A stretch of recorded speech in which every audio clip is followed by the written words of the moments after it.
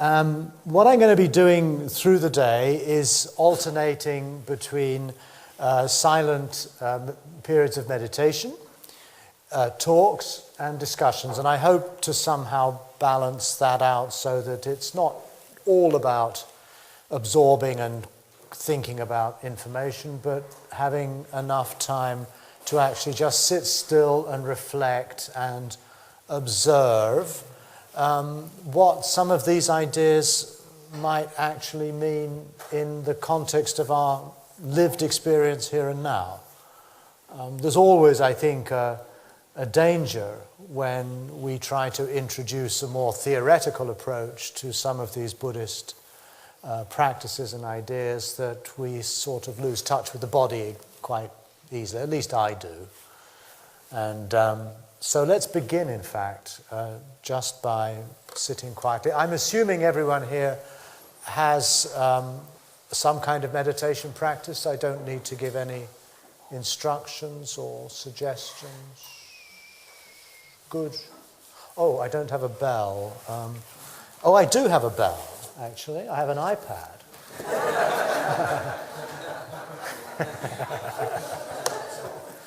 I keep forgetting. I've got I've actually got a whole range of bells in this thing.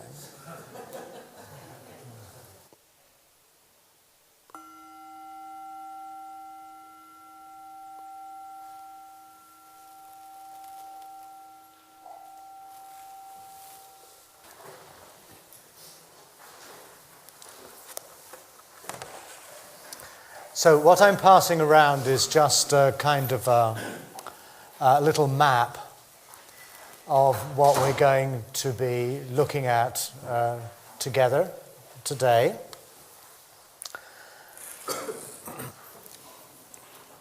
I'd like to start, this occurred to me while I was sitting here, I'd just like to acknowledge the memory of John Crook, my old friend, who's not been with us for a while now. And it's nice to be with you who are here in, I suspect for many of you, because of John's teaching and his example and his work. So in some senses, I'd like to think of this day as dedicated to the memory of John. What I'm going to be talking about today is something that I've been thinking about and writing about and being confused about for an awful long time. And I would even go so far to say that my work as a writer, as a thinker, has, over the last 40 years now, been primarily concerned with trying to get to grips with the core ideas, the core concepts, or the core values that inform the practice of the Dharma.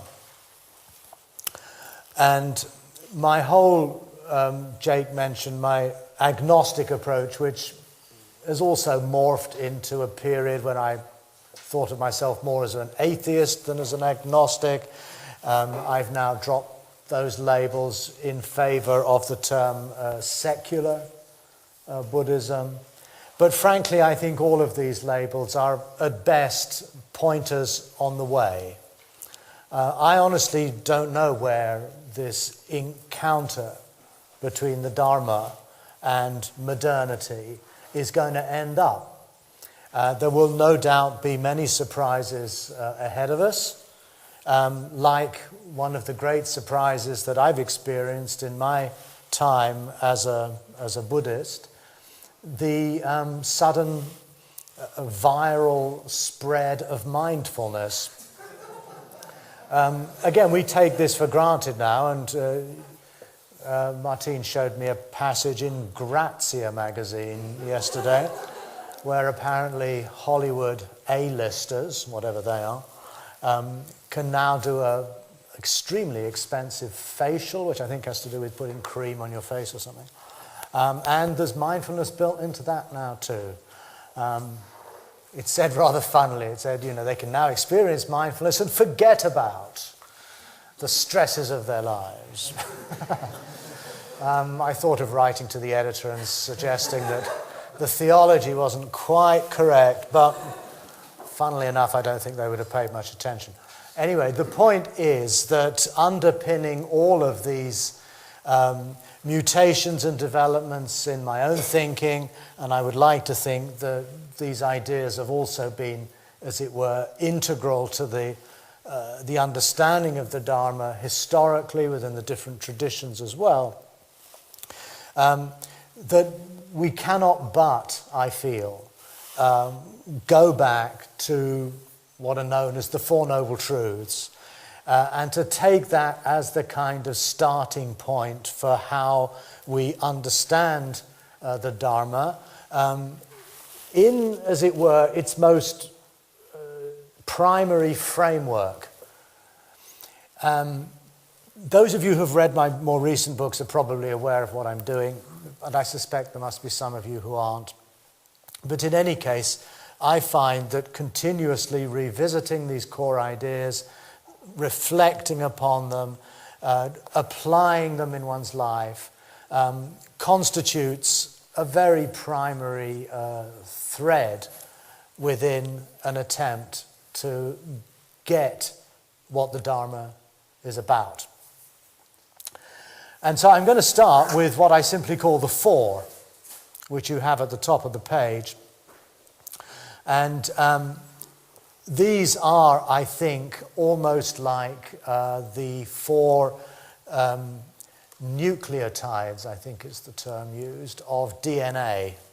DNA has four nucleotides or nucleobases. I'm not a scientist, I just memorize these words, I don't know what they mean. But I think you have A, C, D, and T. You have four enzymes or amino acids or something. And they are effectively the basic elements of everything that we consider to be life.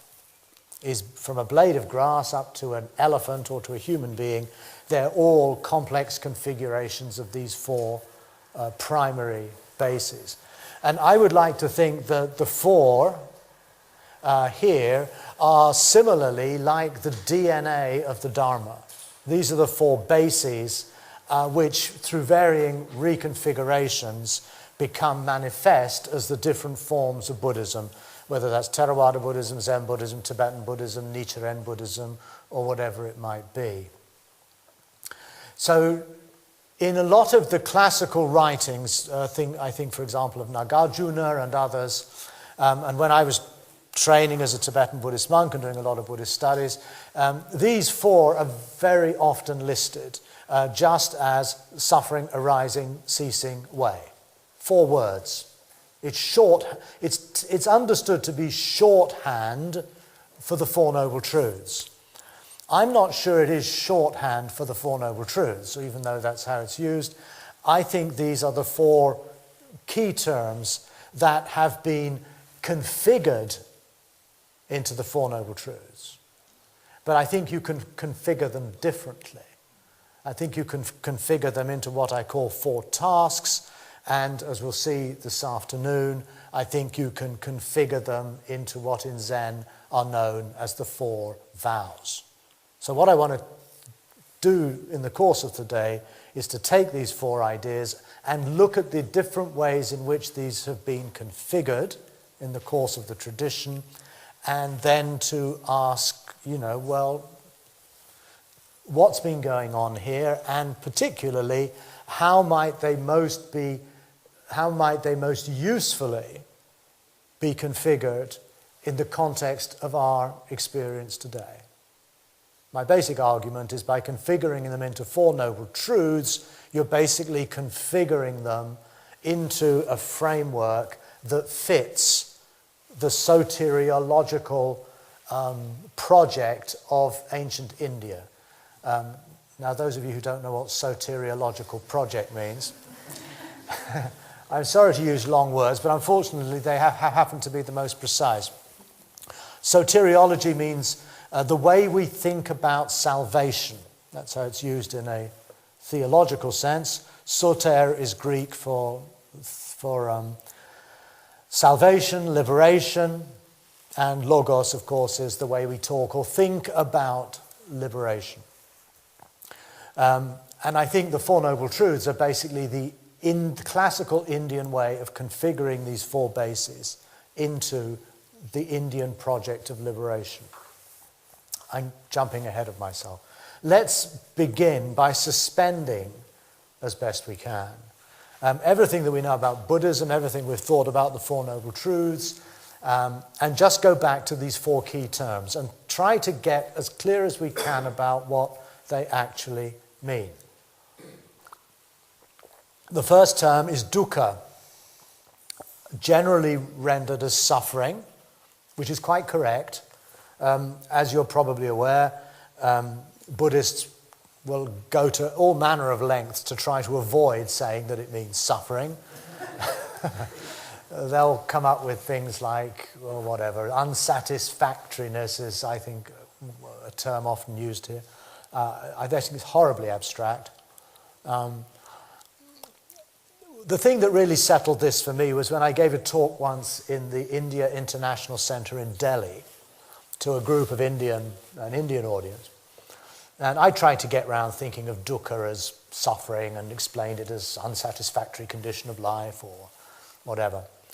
And at the end of the talk, one of the audience, Indian gentleman, said, but in Hindi, dukh means pain. The same word. In modern Hindi, dukkha, is basically the bog standard word for pain. And I think we have to acknowledge that. And that's therefore I come back after a long circumambulation around other possibilities to face up to the fact that we're talking about suffering. And not just human suffering, but the suffering of sentient creatures. But nonetheless, it certainly includes more than just overt pain. It refers really to the fact that our lives as we lead them, our lives as they are, having been born, having been subject to sickness and aging, and ultimately culminating in our death, is a tragic situation. It's not a situation we necessarily want. It's something that happens to us whether we want it or not. This is the condition we are in. This is the tragic human condition, or the tragic condition of life. And not everything within that tragic condition is painful. Far from it. We experience tremendous joy and happiness and well-being.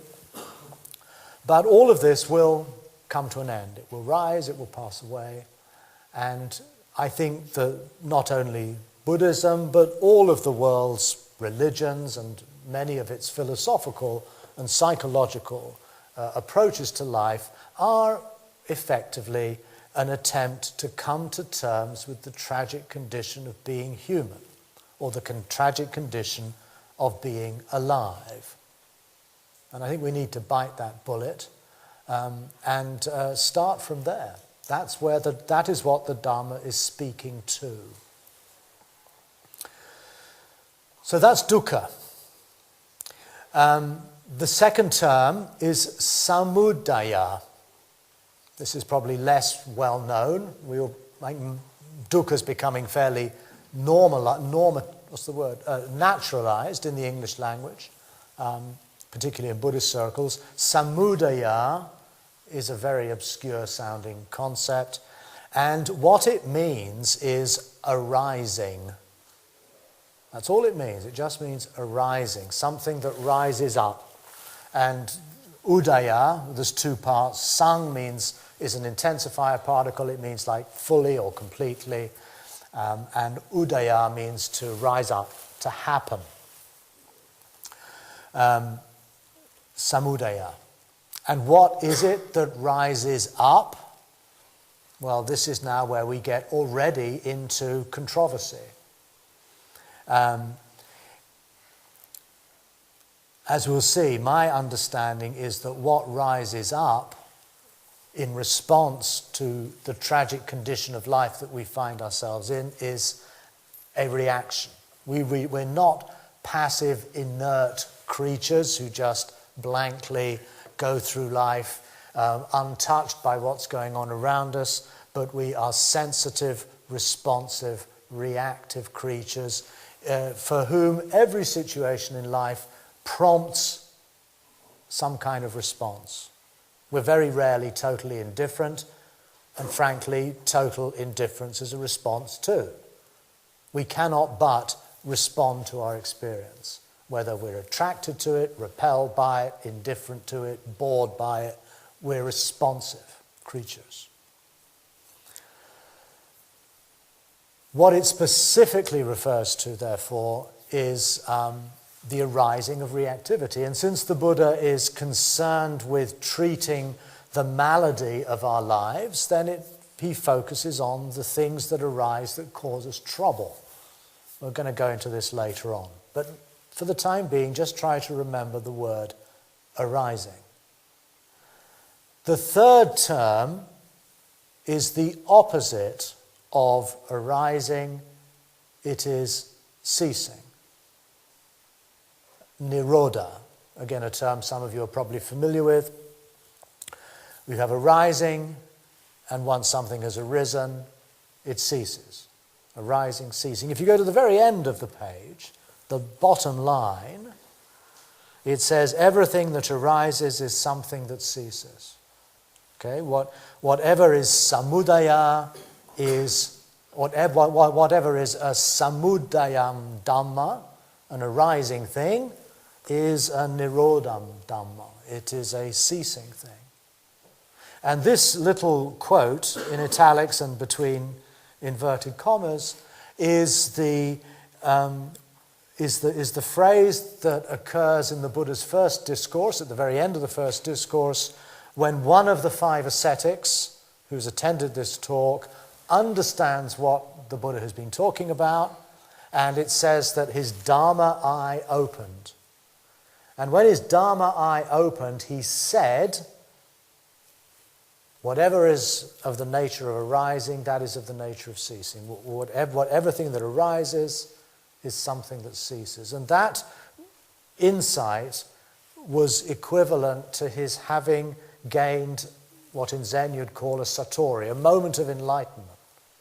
In Theravada Buddhism, early Buddhism, in the suttas, it's called entering the stream of the path. Now, at some level, this sounds almost banal. Whatever goes up comes down. So it's clearly not just a generic acknowledgement of if A happens, B happens. It's very specifically to do with certain elements of our life that rise up are also of the nature to come to a stop. And this becomes almost a slogan of the early Buddhist community. You find it likewise when Sariputta, one of the Buddha's senior disciples, when he first understands the Dhamma, he also says, whatever is of the nature of arising is of the nature of ceasing. So it looks as though it became a kind of a catchphrase of the early Buddhist community. And the 2 key words are arising and ceasing. In other words, term 2 and term 3 of what I call the Four. This is, to me, an very important point. I know this might sound a little bit abstract right now, but I assure you that we'll move more and more into concrete examples. And the fourth of these 4 is magga, the path, the way, specifically the Eightfold Path, which of course is more than just a vague generic notion of a spiritual path, but it's a way of life that includes every aspect of what it means to be human. The way we see the world, the way we form intentions, the way we speak, the way we act, the way we work, and so on. So here we have it, suffering, arising, ceasing, way. And from those 4 nucleotides, we can construct the whole of Buddhism. And I would argue we could construct Buddhism not just in one mutation or one form, but in evolving and changing and mutating forms as well. And the first way that this was done is in the doctrine of the Four Noble Truths, or the Four Truths in short, and that's what I want to look at now. How do these four terms then get teased out or fleshed out into a set of truths? Now, for me, the word truth is already problematic. Again, we don't have time today to go into a detailed exploration of the ways in which the Buddha uses the word truth in the early discourses. But I once did a search through the Samyutta Nikaya just to see the number of times the Buddha uses the word truth. Something like 95% of those times are when the word truth is found in the formula Four Noble Truths. Okay, so we take all that aside. Outside of that framework, the Buddha tends to use the word truth not to refer to truth with a capital T, truth, but actually to refer to the virtue of being truthful, to being honest, to not misrepresent yourself. And I think what happened is that truth started out life as a virtue, and it became, over time, transformed into a metaphysical idea.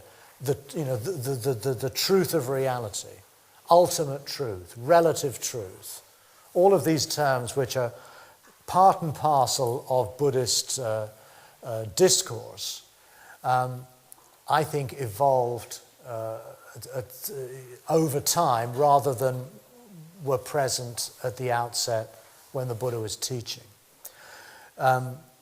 I don't want to get too much into this sort of technicalities, but philological studies of the Buddha's first discourse, which is the one in which he presents the Four Noble Truths, have shown, I think, quite convincingly that the phrase noble truth was actually built into the text at a later point. That the original text, according to K.R. Norman, who's one of the specialists on this, did not include the word noble truth. So noble truth, I think, came along at a later date. But whether that is the case or not, the reality is that Buddhists of all traditions and at all times in history have accepted that the Buddha's first teaching is on the Four Noble Truths. That's the fundamental template. And before we challenge that, let's actually look at what they say, and particularly look at what they say in terms of a further development of the key concepts of suffering, arising, ceasing, and way. So the first thing that you notice is that rather than just four key terms, we now have four propositions. The Four Noble Truths, as we'll find in any book that introduces Buddhism, will be laid out as propositions of fact. Now, what that means is that they're phrased as sentences that are claiming to be true. Existence is suffering. The origin of suffering is craving. The ceasing of suffering is the ceasing of craving. The way to the ceasing of suffering is the Noble Eightfold Path. I'm sure you're all so familiar with that you find it tedious. That is the basic statement, that is the basic Buddhist credo, belief, statement. And we don't necessarily notice that it is phrased as four propositions, four logical propositions, each of which is claimed to be true. That existence is indeed suffering, that the origin of this suffering is tanha or craving, that the ceasing of this suffering is thereby achieved by bringing the craving to a stop, and the way to get to the stopping of craving is by following the Noble Eightfold Path. That is the basic logic of Buddhism. Whether you're a Theravada Buddhist or a Tibetan Buddhist or a Zen Buddhist, at one level or another you will sign up to that model of what reality is supposed to be.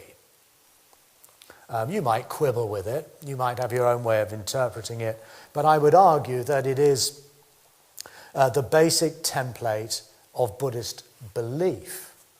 Because as soon as you set up propositions, truth claims, you're inviting the reader to accept or reject those truth claims, or arguably to say, I don't know. You could have an agnostic position. But broadly speaking, if you consider yourself as a Buddhist, then that would be understood that you are a person who, to some degree, accepts that these four claims are true. You may not know that they're true. You may not know that suffering is caused by craving. You may not really understand that, but you're willing to give the Buddha the benefit of the doubt, or your teacher, or generations of Buddhists. You say, okay, I'll buy that as a working hypothesis at least. But it sets the frame for what you then subsequently go off and do in your practice. So I don't think we have any issue here with the idea of the word dukkha, suffering. The text actually says there is suffering, the noble truth of suffering. It doesn't actually say existence is suffering, but when it says this is suffering, it then goes on to say birth is suffering, sickness, aging, death, getting what we don't want, not getting what we want, being separated from what is dear.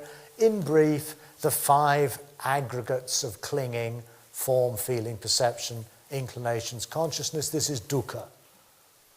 And I think it's fair enough to say that that includes pretty much everything we would consider to fall under the heading of existence. So I don't think it's inappropriate to say existence is suffering. The odd usage is in number 2, which says the origin of suffering is craving. There I begin to notice there's something fishy going on.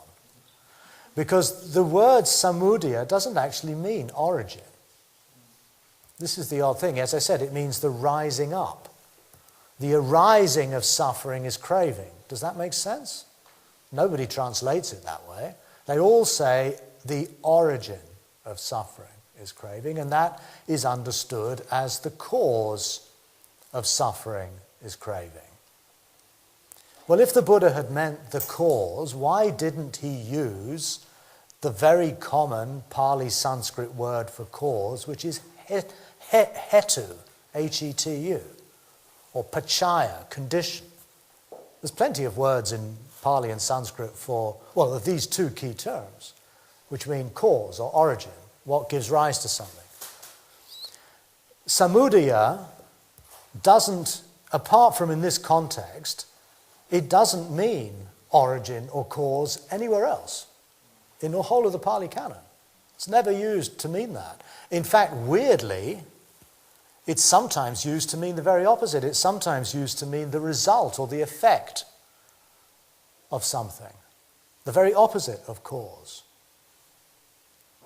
So this is puzzling, I feel, quite deeply puzzling, to be honest.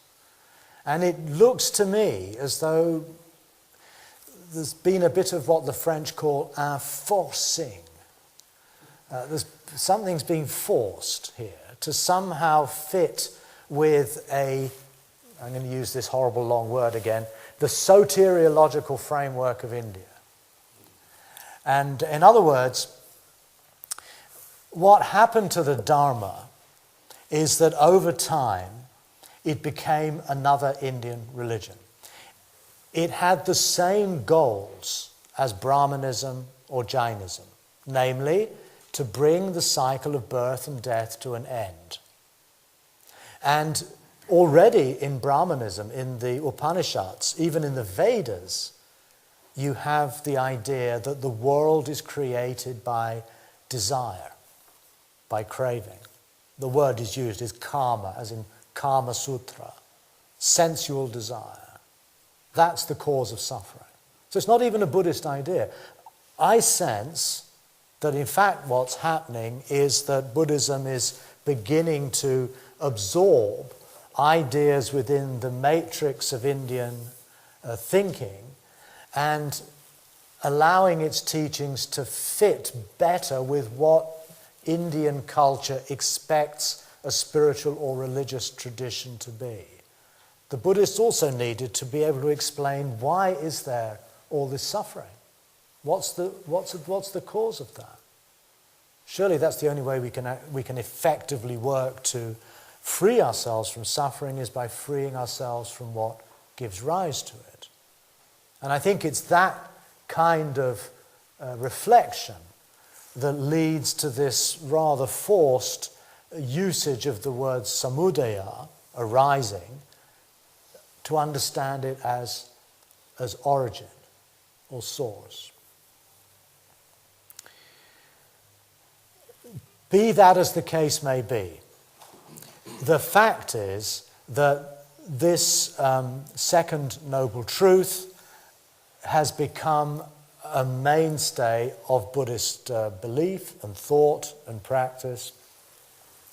And very few Buddhists would question it, that the origin of suffering is craving. But of course this is problematic, because when the Buddha defines suffering, he starts by saying birth, sickness, aging, death are dukkha. This implies that the cause of birth, sickness, aging, and death is craving, is tanha, is desire. But what the hell does that mean? What does it mean to say that old age is caused by craving? My mother got very, very old, lived until she was 99, but I have a funny feeling if I went and told her when she was 97, let's say, well, I know this old age is really a pain in the neck, Mum, but we've got a solution for it. It's craving. That's your problem. You stop craving and you won't have this anymore. Now, we laugh, but that's actually what the text is saying. And the only intelligible way you can understand it, which is the traditional Buddhist way, is to say, well, actually, the craving causes you to be reborn. So when you die, if there is still craving operative in your mind stream, then that will cause you to get reborn. And if you get born, you get sick, and you get old, and you die. So craving is the deep cause, the deep origin of old age. Now, if you buy the theory of reincarnation, which is kind of necessary for the Four Noble Truths, I accept that the Four Noble Truths, as traditionally presented, imply the metaphysics of reincarnation. Otherwise, craving is the origin of birth, sickness, aging, and death, frankly doesn't make much sense, unless you happen to be a psychologically inclined Westerner. Then you'll find a way around the problem. And you'll start saying, well, actually, what craving means with regard to old age is not that craving is literally the cause of the degeneration of your brain and your nervous system and the wrinkles in your skin, but craving is your craving not to be old. It's the second arrow. This is the usual explanation. That old age is just a given. That's just the pain of life. But craving adds suffering. Again, a distinction we don't find in the early text, but it's very widespread from everywhere to a Vipassana retreat to the mindfulness community. We'll find that craving is turned into the origin of a psychological suffering. I don't like being old. I hate the condition I'm in. It makes me miserable. If you accepted your old age and said, this is just part of my life, and you didn't crave for it to be gone or crave for it to be otherwise, then you'd find a certain peace of mind. And that's true. I don't dispute that. I think that's a rather useful way to look at it. But I don't think it's got anything to do with the Four Noble Truths. I don't think it's got anything to do with this. And I think the danger with that approach is we turn the Dharma basically into a sort of psychological self-management. It becomes psychologized. And I think in doing so, although I think the psychology is quite good, I think it reduces the potential impact of the four. It's turned it rather into a subjective practice. And it's about strategies of coping with my human condition by not being so reactive, by being more mindful, by not grasping, by not wanting things to be otherwise. That's all very good. I've no problem with that at all. I'd recommend it myself. But I think in taking that step, we move the Dharma into an explicitly psychological, psychotherapeutic dimension, which might appeal to us psychologically literate Westerners, but I think we're in danger of missing the larger point of what the Dharma is actually addressing, and that is not just our inner life, our personal subjective pains and dissatisfactions. It has to do with coming to terms with life as a whole. We'll come back to that. The ceasing of suffering, third noble truth, is the ceasing of craving. So the idea, if you get rid of craving, then you'll get rid of suffering. But again, that can only really be fully understood if we accept the doctrine of reincarnation, because as long as we're in this body, we're going to suffer. We're going to get old, we're going to get sick, things are going to happen to us that we don't like, we're going to be separated from things that we do like, and whether we're enlightened or unenlightened, shit happens. And it happens across the board. So the ceasing of suffering therefore has to mean, if we take this text, literally, it means the ceasing of birth, the ceasing of aging, the ceasing of sickness, and the ceasing of death, which is the traditional position. Nirvana, the parinibbana, the final nirvana, is when these things don't happen no more. And since craving is the engine that drives this cycle, then by getting rid of the engine, then those consequences just will not occur. And that is liberation. That is nirvana, that is moksha, that's freedom, and we don't get born no more. And I don't think that's any different in Mahayana Buddhism.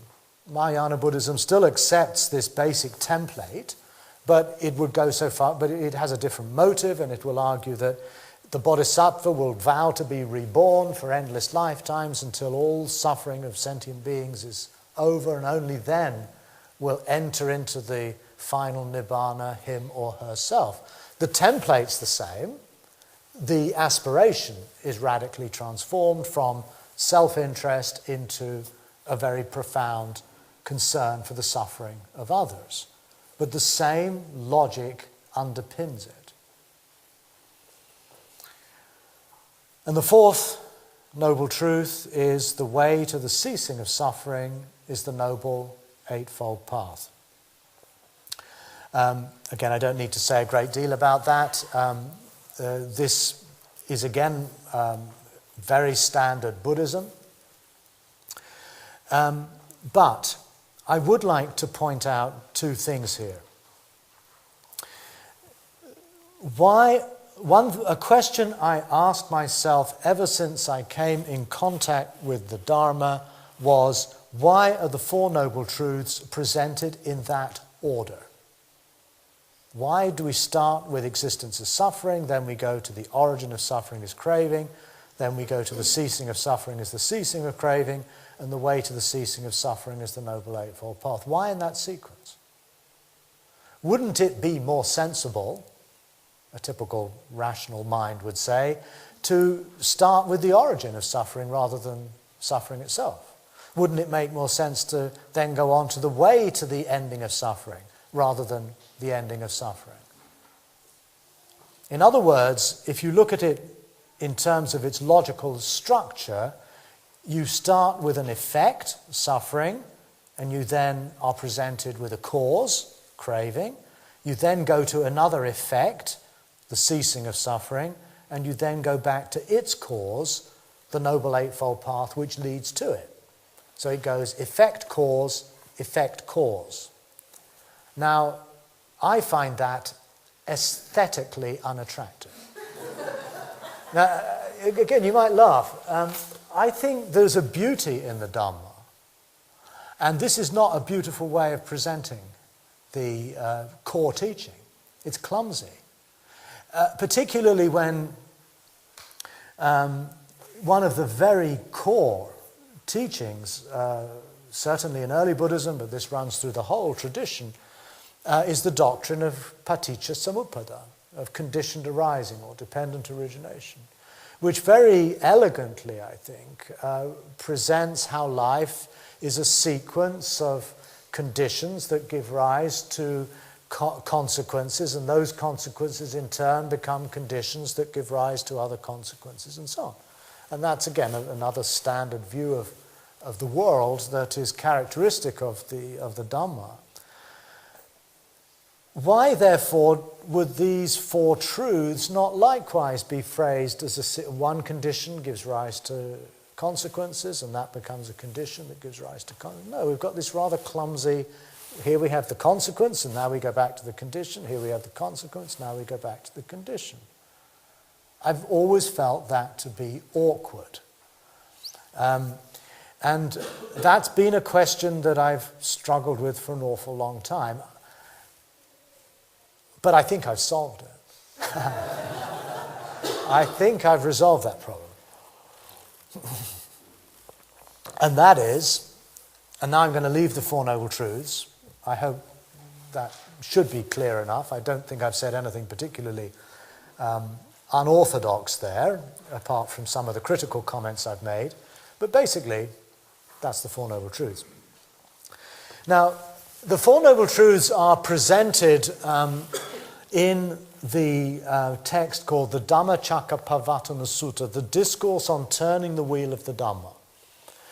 The first discourse that the Buddha is supposed to have given to the 5 ascetics in the deer park at Sarnath, approximately a couple of months after his awakening in Uruvela, or what we now call Bodh Gaya. And there he delivers this discourse. Now, clearly, the discourse that we now have, the Buddha's first discourse, it's very short, just a couple of pages in English, is clearly a highly worked text. It shows the sign of having been worked and reworked and refined. We also know from translations we have in Chinese, other versions in Sanskrit and Tibetan.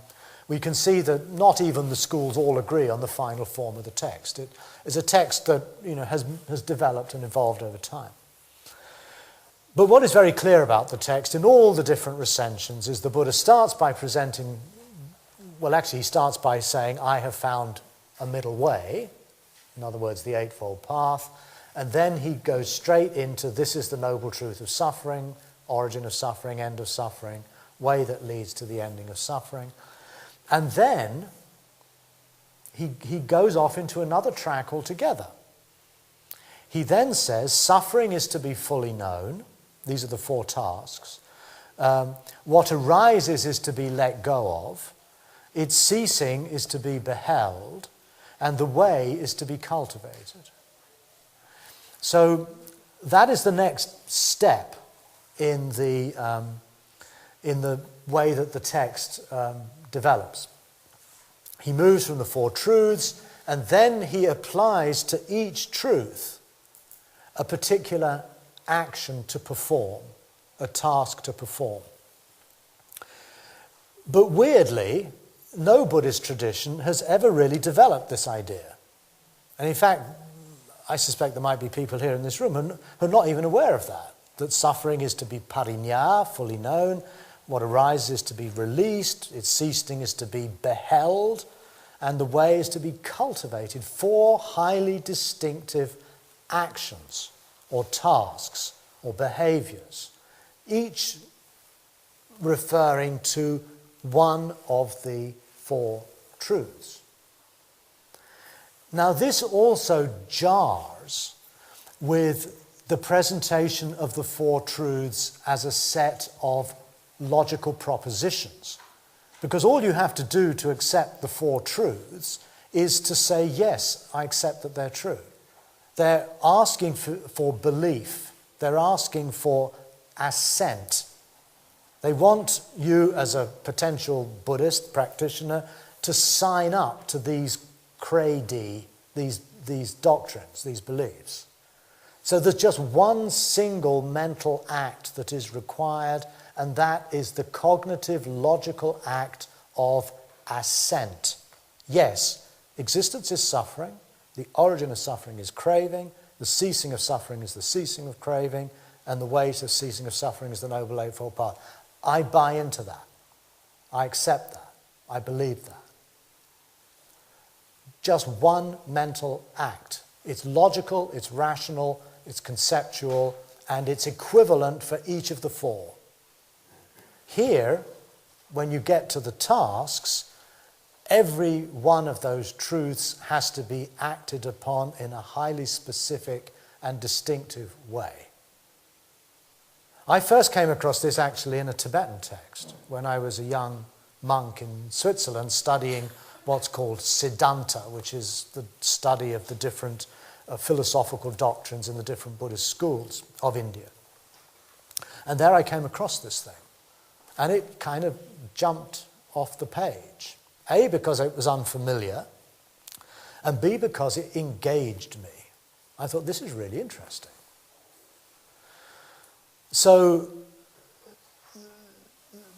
this, if we start to think of these four, not as truths, but as tasks, everything changes, I would argue. Our relationship to this whole tradition and this practice changes. It's actually, from this point of view, completely irrelevant that to be able to argue that existence is suffering or that the origin of suffering is craving. You don't need these propositions. You don't need to accept them or reject them. They're actually irrelevant, I would argue. How many times, if you are Buddhists, I suspect you have found yourself, as I have, caught up in conversations, often long and pointless, trying to explain why existence is suffering. And your friends who are not Buddhists, who've never heard of this stuff, they look at you in a strange way and say, what do you mean? What about this? What about that? And you are then forced to defend this proposition. I've had lots and lots of, wasted a lot of time trying to do this. It's actually completely irrelevant. It doesn't matter. It's a pointless. You basically get drawn into theology. It's irrelevant. It really is not what really matters at all. And you get yourself tied in logical knots. And a lot of Buddhist doctrine that's evolved over the centuries has basically been rather long, complex attempts to justify and to rationalize these four truth claims. But I would argue that we basically just don't need to do that. It's not the point.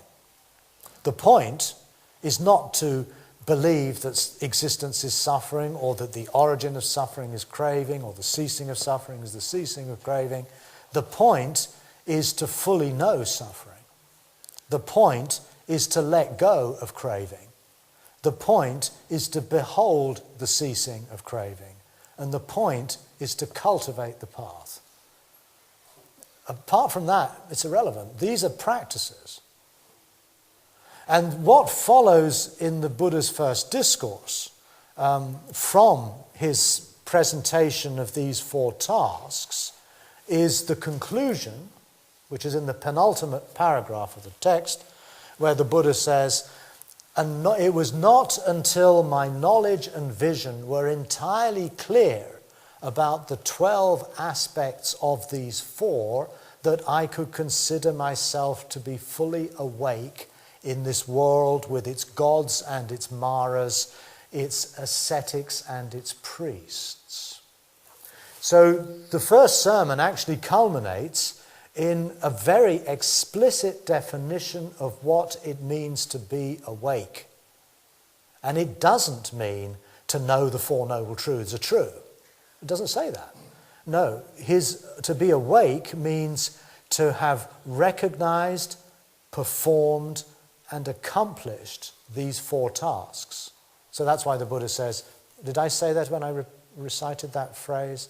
It was not until my knowledge and vision were entirely clear about the 12 aspects of these four. And the 12 aspects are recognizing, performing, and mastering the four tasks. Each one is to be recognized, performed, and mastered. So 3 times 4 equals 12. There we have it in black and white in the first discourse, a teaching most Buddhists haven't heard of. That to me is odd. Maybe it doesn't strike you as odd, but to me it strikes me as very bizarre. Why has this whole dimension of the earliest, what's claimed to be the Buddha's first teaching, why did it not take off? Why did it get forgotten? By and large. It appears, I found it in that Tibetan text, you'll find it here, there, and in other places, but basically speaking, the four truths came to overshadow the four tasks, so that they got buried. Now, if we look at each of these tasks, and again, we don't have time to go into them in extraordinary detail, but let's just look at each of them in turn before we break for coffee. We'll have time after coffee for as much discussion as you want. But I'd like to cover this, at least sketch these four tasks. The word for fully know, suffering is to be fully known, in Pali is parinya. Pari means around, like that, around something. Nya is the same nya as you find in panya, prajna, which means to know. Now we know about panya, prajna, as a term is used in Buddhism all the time. Parinya is a very relatively obscure term. We don't find it being mentioned that much. What it suggests is an encompassing or an embracing knowing. It's not about knowing a specific detail or specific truth, but it's about engaging oneself and understanding the totality of the situation you find yourself in. When the Buddha was asked, what is it that we should fully know, he said the 5 aggregates, which is basically shorthand for your experience in its totality as it is in a given moment. That's what we embrace, the totality of the situation. And in fact, the English word embrace works rather well here. Embrace suffering, or embrace life. You see, I think dukkha, to be honest, may best be translated as simply life. In the sense of the way we use, not life in a biological sense, but life in the sense of the phrase, oh well, that's life. C'est la vie. Now when we say c'est la vie, that's life, that in a sense reflects in the term life a tragic dimension. This is life, this is what happens, this is what goes down. It's too bad, but that's the way things are. So in some senses, dukkha parinya, fully knowing suffering, is to embrace life, to say yes to life.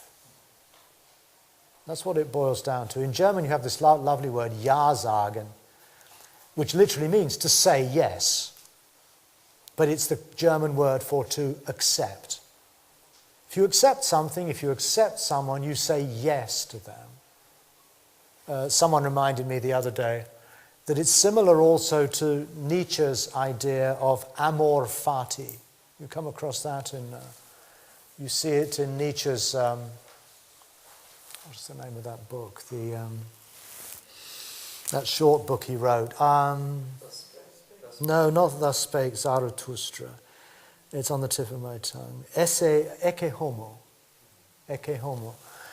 There he explores this. And Nietzsche's idea is that amor fati means love of one's fate, which is the same idea basically. It's saying, yes, I love this condition in which I find myself.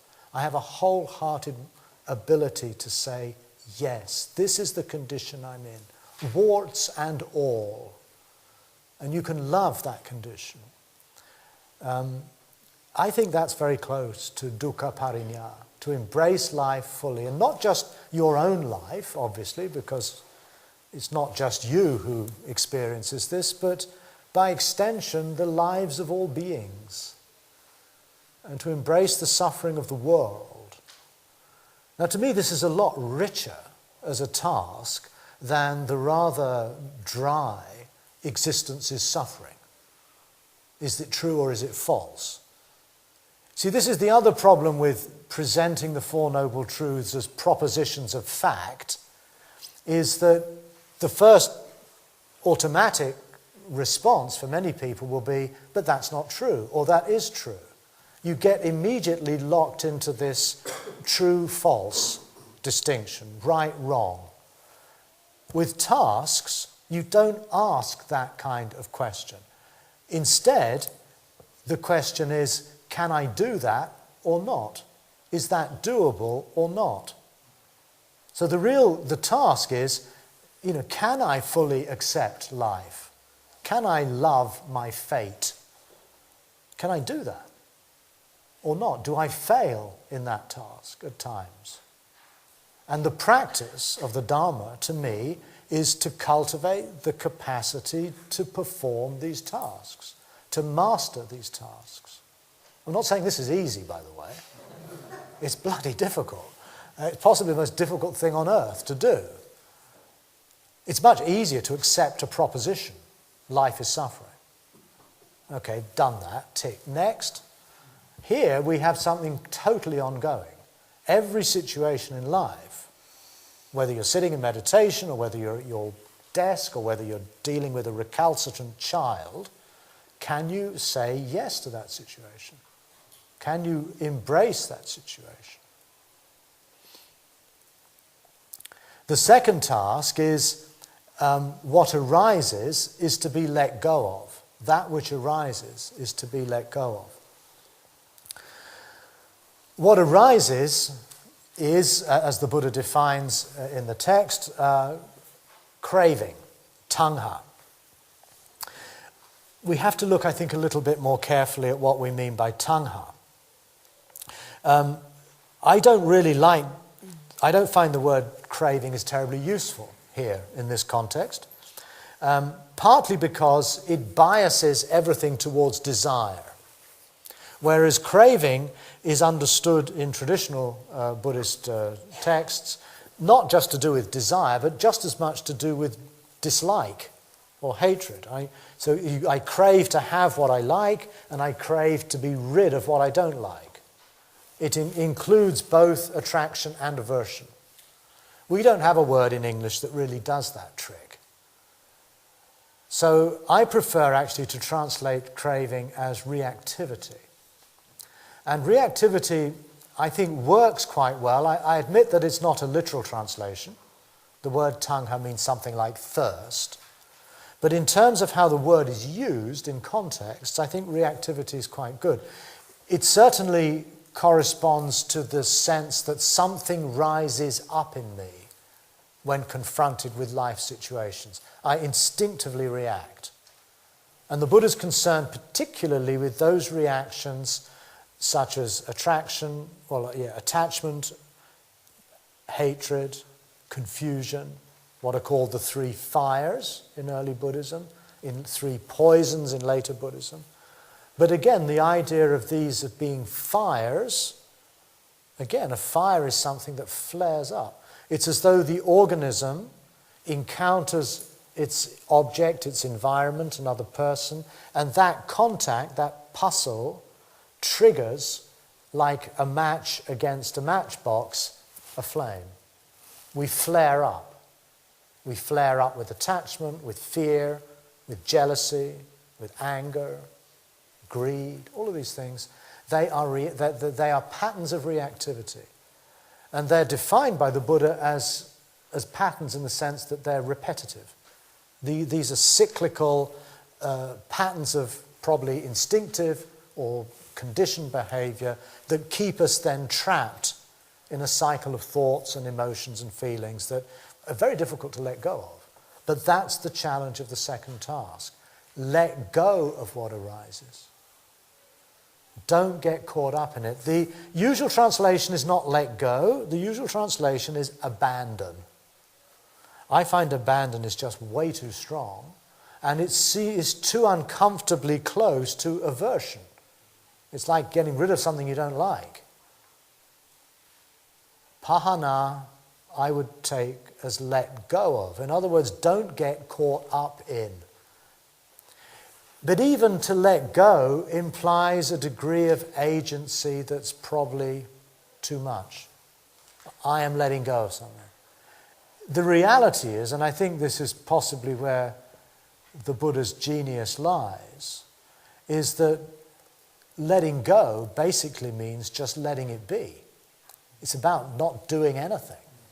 It's not about identifying with it and saying, shit, I'm really angry. But nor is it saying, oh no, I'm a Buddhist, I shouldn't feel angry, let's push this aside. I don't want to know about this. I don't like this feeling, I can't accept it in myself. Letting go is basically seeing it for what it is and just allowing itself to play itself out, which follows the slogan, everything that arises is something that ceases.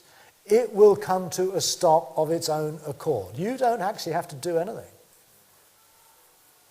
And this is how the whole therapy of mindfulness it works on the same principle.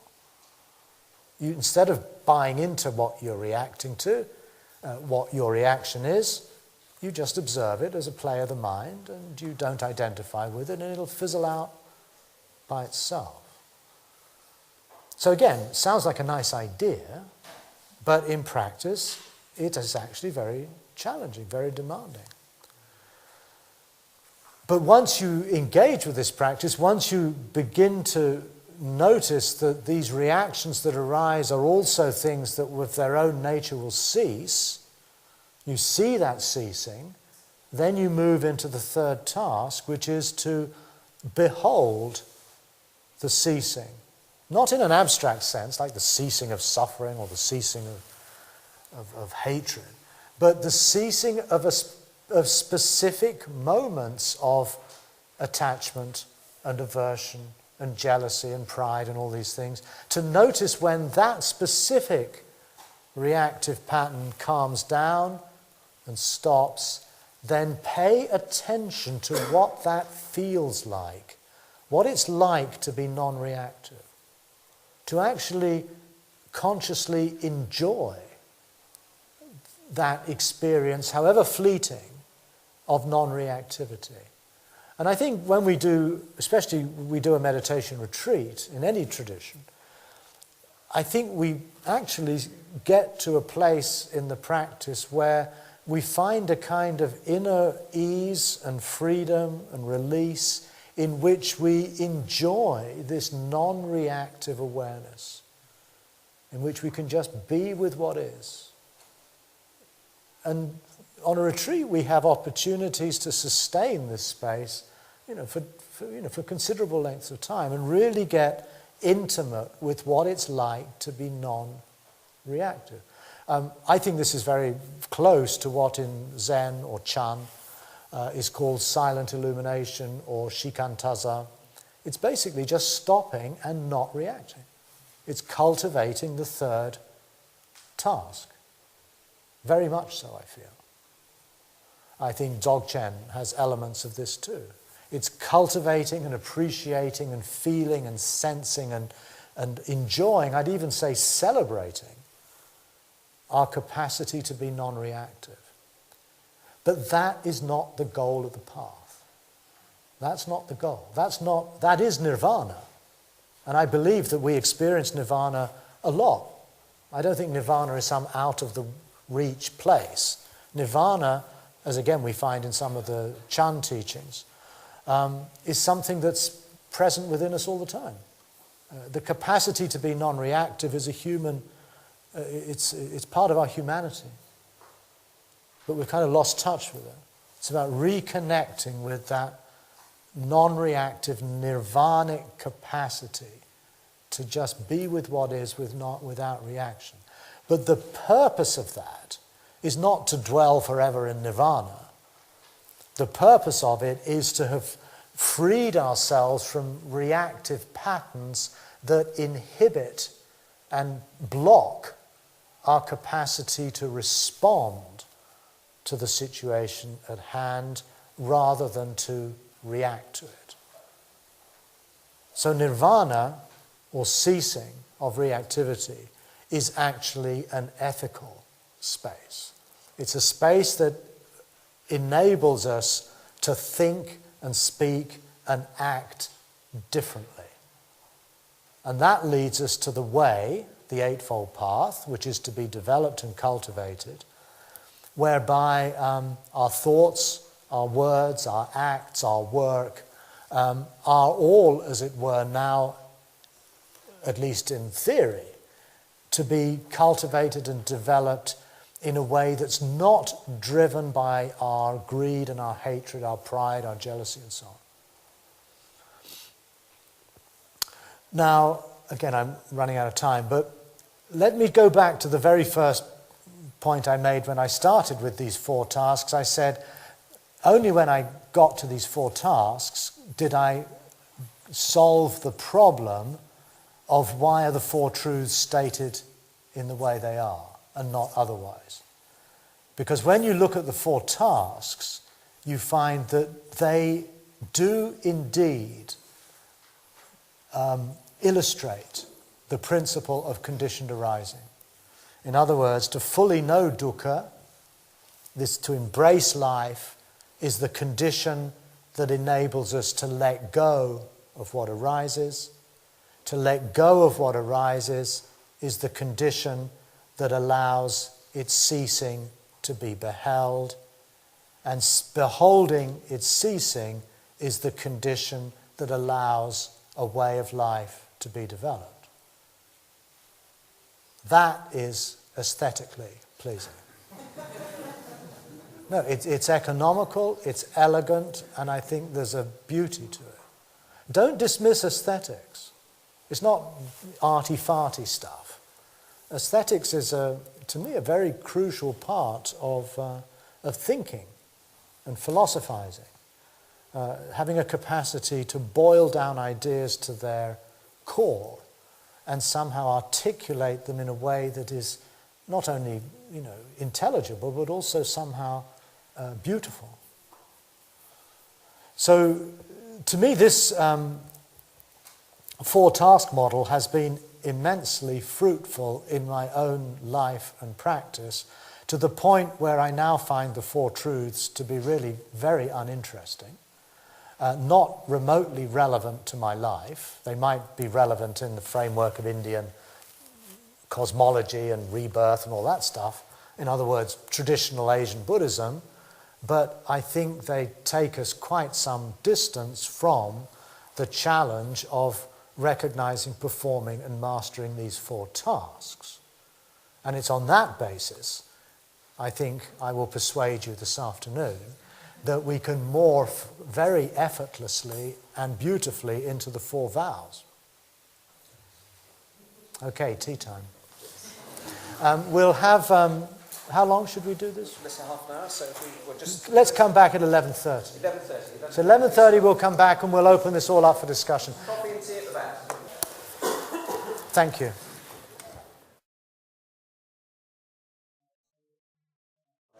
First of all, a correction or a clarification.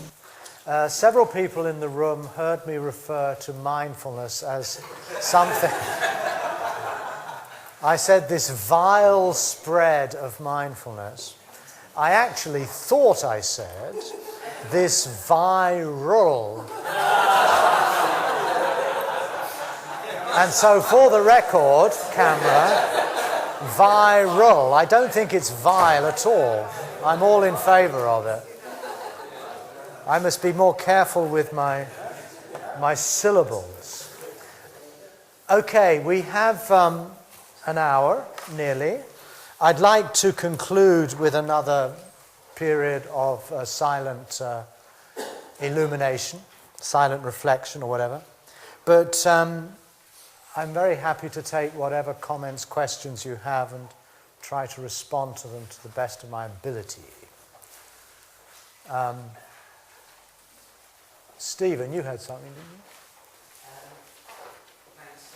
Oh, wait a minute, there's a roving mic. We need it to be recorded. Oh, goodness, okay. Thanks so much. I really appreciate the clarity and how concise you're being in bringing all of this work that you've been doing over so long. I guess I had I've got loads of questions, but one that I thought I'm really curious about is how does this secular Buddhism that you're developing relate to those Protestant and modernist Buddhist movements that happened in the late 19th and early 20th century, especially in your European kind of Orientalist scholars and the Asian reformists around that time, who try to make Buddhism compatible with science, and also try to claim that they're going to an original Buddhism. And now, one difference I think in what you're saying is you've got a much more sophisticated historical understanding, it seems to me, of the contingency than some of those proponents. But how does your work differ to, say, Thomas William Rhys Davids and his take on Buddhism? Thanks. Okay, I can't go into Rhys Davids. I don't know his work well enough to comment. But broadly speaking, I think that what I'm doing, and also many others, I mean, I'm not alone in this, is actually on a continuum with these, with the people of that period. And I think there have been there sort of, I seem to see sort of phases and waves.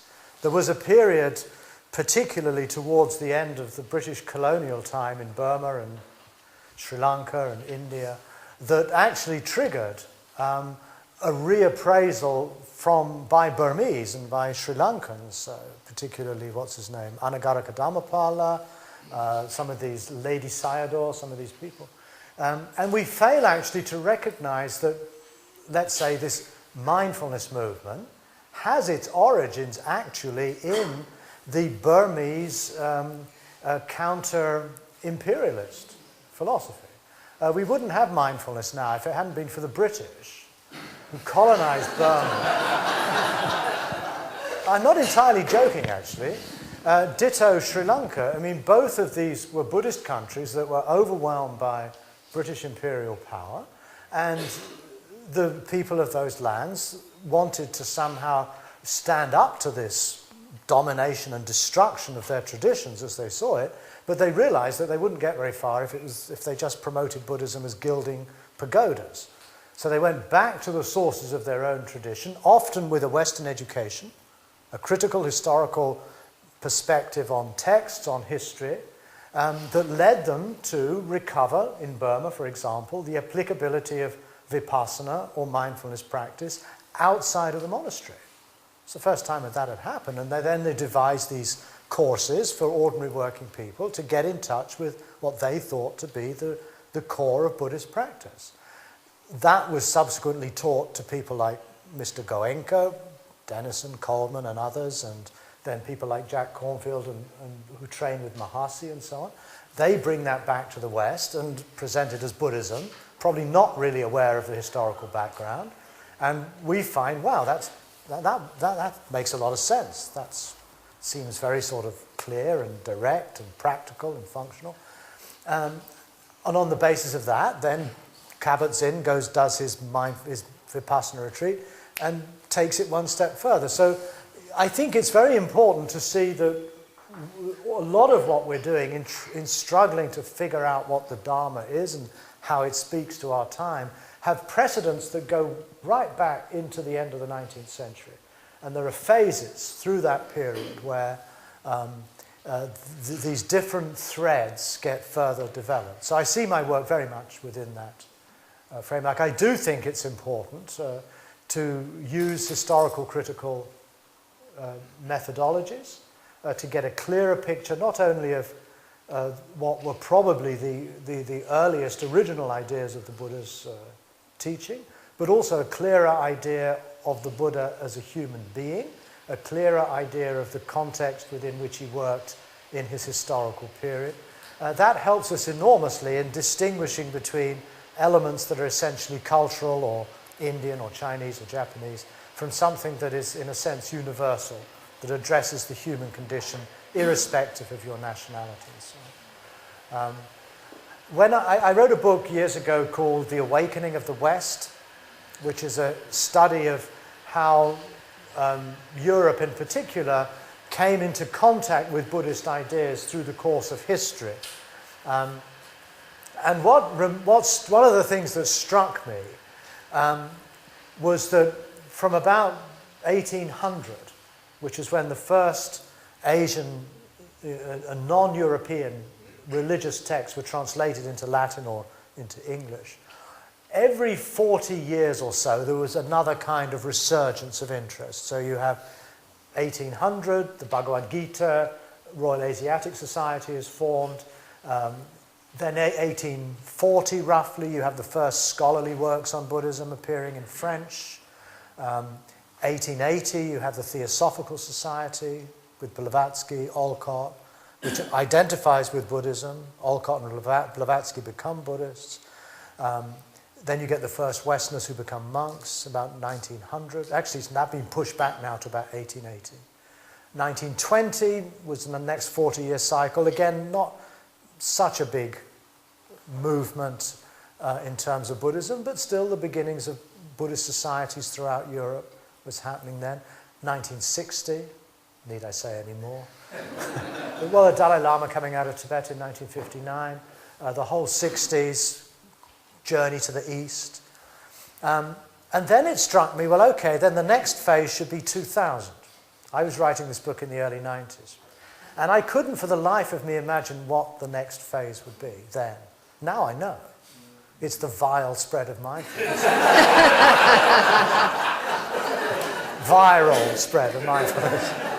And that fits the picture, so it's quite weirdly appropriate. But the interesting thing is, when I was writing that book, and that was in the 90s, I would never have foreseen that.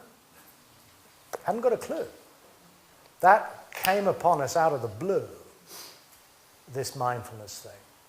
So, again, it kind of confirms the fact that what we're part of in a bigger time frame is a process of acculturation of non-European ideas and values, my own specific interest being, of course, Buddhism, and how that is weaving its way into our culture in all manner of unexpected forms and guises. Yes, Julia. I was really, is that okay? Yeah. Yes. I was really interested when you talked about the samudaya. And Sorry, the what? So this is in the Four Truths. Oh, the samudaya, yeah. The samudaya. Samudaya, yeah. And that it doesn't really seem to mean origin at all. It really was very surprising and shocking. Well, sort of shocking in a way, not in an unpleasant way, but just like, wow. And I don't know if I'm going to be very clear, so I appreciate your clarity here. But what I wondered is the relationship between arising and codependent arising, dependent origination, because that seems to me a very important map, and kind of the relationship between that and the Four Noble Truths, in a way. It's like there seems to be a depth there in codependent arising, and I'm wondering if in a way suffering and craving, or the arising that follows with suffering, it's a sort of codependent arising. I'm not sure, but well, I have a certain difficulty with the translation of samudaya as codependent arising. The co, I don't quite understand why people insist on this co business. The word in Pali or in the other Asian languages doesn't necessarily mean that. Sang is a very common prefix that functions really as a kind of intensifier. So you have samudaya, for example, which you could I don't translate it as co-arising. Sang as a prefix means something like complete or full. Like, for example, you have Sambuddha. You don't talk of co-Buddha. you talk of completely awake. So you can at times find sang used in the sense of ko, in other words, implying two things. But I wouldn't say that's the normative way to read it, and it's certainly not glossed that way in traditional Buddhist doctrinal theory at all. It's a Western way of reading that term. I think it's somewhat influenced by sort of ideas that we get in Avatamsaka, that everything arises together and all things are mutually interpenetrating and so on. But that's not implied in the early texts whatsoever. And in the Tibetan translation, Denjing Drelwa Jungwa is the way the Tibetans translate Paticca Samuppada. Again, you don't get the idea of ko. They didn't render it that way at all. So that's not my preferred translation. I would translate it simply as conditioned arising. Paticca Samuppada. Upada, but arising there is the different word to udaya. You have udaya, upada, and there's other words too. So it's not actually the same word in Pali, but that doesn't matter enormously. I think the key point is that the way the Buddha saw and understood and engaged with the world was based on a thoroughgoing processual or empirical basis that was particularly alert to the ways in which conditions in one setting will have consequences in another, and how all change and development and evolution, whether for good or for bad, is initiated and sustained through sequences of events that have knock-on effects one with the other. But I think he understood this largely, not exclusively, but largely in a temporal sense, over time. Co-arising sort of suggests something a little bit more mystical, that things are sort of happening together. And that, of course, is sometimes the case. But there's very little in the early suttas that suggests that the Buddha saw this in that way, but saw it really as a framework for how do I, in a sense, construct and create my own who I am and what the world is in the context of the months and the years that follow, and presumably what will happen after my death as well. It's temporal in that way. And so I think it's rather important to emphasize that. I think these models here are all conditioned arisings where A is the condition for B, B is the condition for C, C is the condition of D, and that's happening in time. I think what the Buddha is basically trying to do is present us an ethical way of living that has consequences that we can actually see. It's not after our death, but it's actually in the course of being more alert to the things we say and think and do and what the knock-on effects of those are, whether we're causing more suffering or whether we're creating conditions that make us more angry. But it's constantly, in a way, attending to these tissues of connectivity between our thoughts, our words, our deeds, our acts, both on a microcosmic as well as on a social and on a much more global scale. Does that answer your question? Sort of.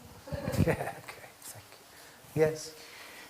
Why do you use secular, the word, to specify your feelings about Buddhism? I mean, your description of Buddhism seems to basically be encompassing all of life. So what's secular got to do with it? Good question. Well, I use the word secular in quite deliberately and consciously in a number of ways. I'm flagging secular in the conventional use of the term to contrast it with religious. That's definitely in our culture. If you listen to a Radio 4 discussion program, then the presenter might say, and now I'd like to invite a secular perspective from this scientist, as opposed to this rabbi or whatever. So we all know what that means. And I want to flag the fact that the Dharma is not the exclusive preserve of what we call organized religion at all.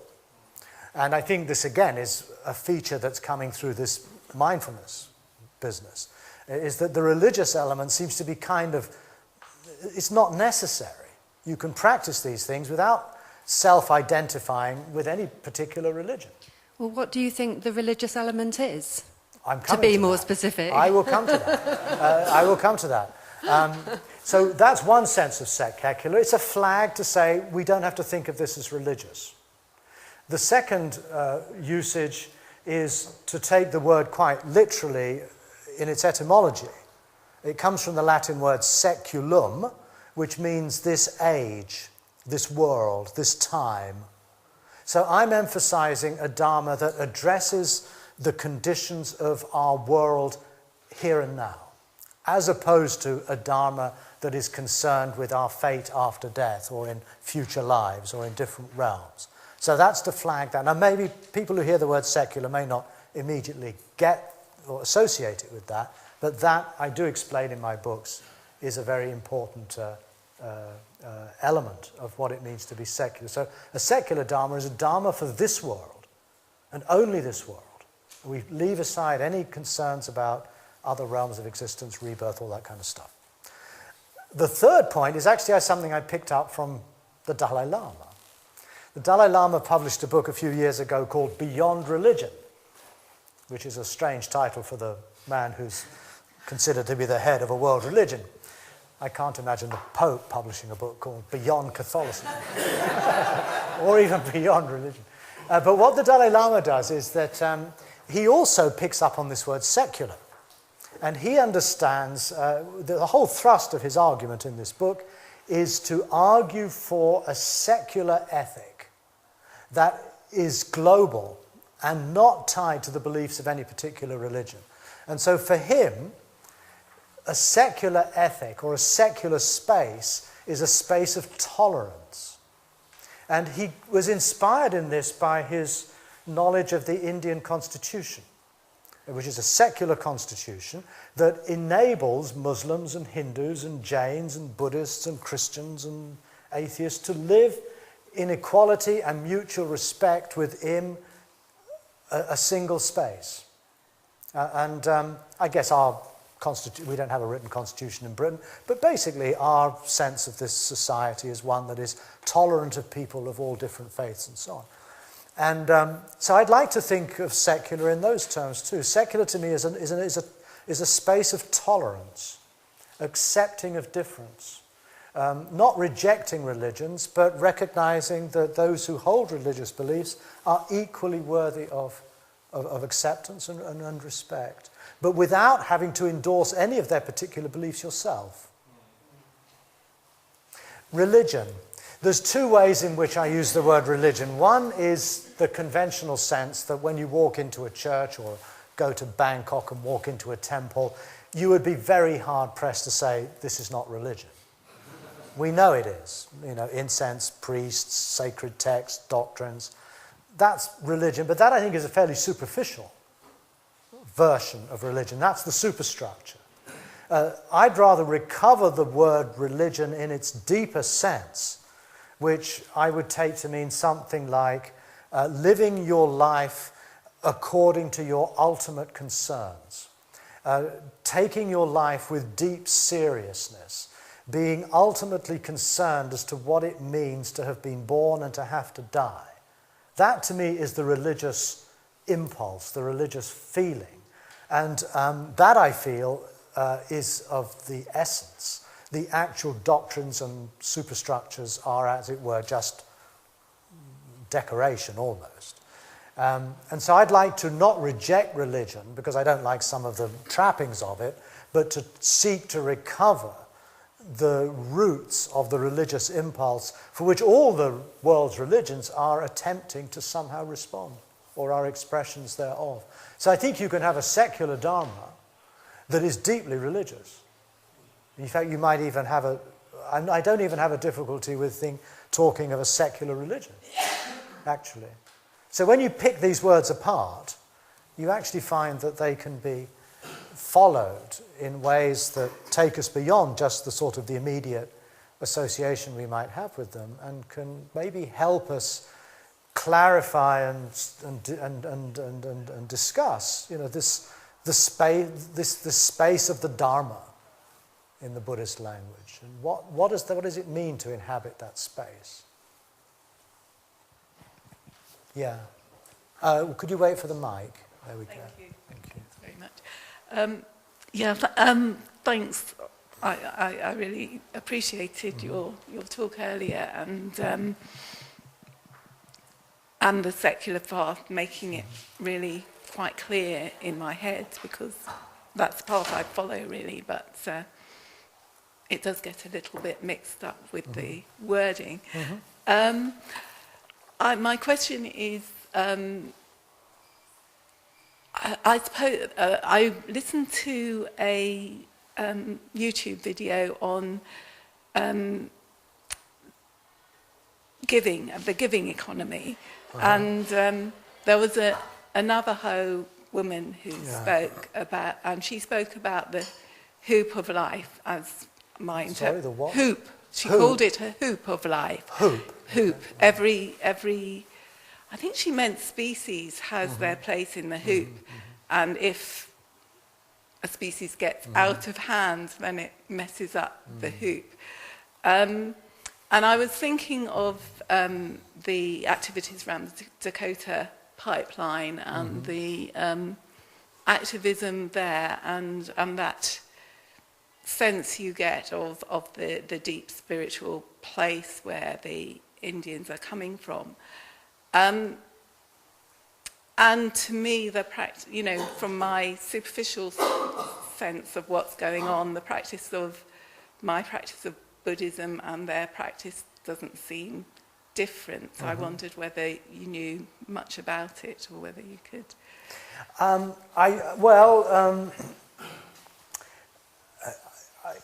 I think on this, at some level, these are clearly quite different traditions. I think we shouldn't. I think it wouldn't be helpful to just sort of coalesce them all into one big sort of mixing pot. But on the other hand, I think they're both traditions that are seeking to address the primary questions of what it means to be human, and the primary questions of how we relate to and live in this environment. They may have different ways of expressing that, different ways of articulating it. But again, I think a secular Buddhist space would be one that would be very open to learning what these other traditions can bring us. I've recently taken quite an interest in shamanism, actually, Native American, maybe South American shamanism. And that too, I think, I've learned a great deal from that, but I wouldn't say it's the same as Buddhism. I think it complements and supports my Buddhist practice. I also think that we may find that at the roots of early Buddhism, they may have shamanic origins. I don't think the Buddhists, one of the things we've learned from our historical studies of that period in India where the Buddha lived, is that it's very questionable that the Buddha was brought up as a kind of Brahmanic Indian in the caste system and all this stuff. The part of India, the northeast, where the Buddha lived and taught, was not an area that had been Brahmanized at his time. That was more in the west of India. Whereas Buddhism always pitches itself as a kind of rejection of Hindu values and Brahmin priests and caste systems and so on. Whereas actually I think there's probably more, the roots of the Buddha's own life as a younger man would have been within what we would now call an animist or shamanic world, which would probably have more resonances with the kind of spirituality we find within the Native Americans in North America and the shamans and others in South America. And I feel that we can probably learn an enormous amount by going into these traditions. Yeah, I suppose my parallels just come from activism, I suppose, that it naturally follows that you protect and you give of yourself, and in order to protect for others and for yourself, really, I suppose. Yeah, well, that I think one would like to think that anyone who lives a life in which they feel an empathetic sense of belonging to a much greater environment, whether we think of this in theistic or non-theistic terms, in animist or in Buddhist terms, it seems that inevitably that sense of belonging, that sense of identity with nature, would lead to a strong urge to protect what is under threat from these destructive forces. Yeah, definitely. Thank you. Yes, gentleman over here with another mic. Thank you. Yeah, thank you again for your books and the research that you've done. I wondered if I could just explore your words about secularism a little bit further. In that, I think temperamentally, I feel I'm a secularist, and I think that the drive to reduce or at least make conscious the metaphysical statements of truth, you know, with the capital T, and there have been, you know, Western critiques of, you know, what was lost by Platonism in elevating, you know, denigrating everyday life and existence and elevating truth with a capital T to a higher realm.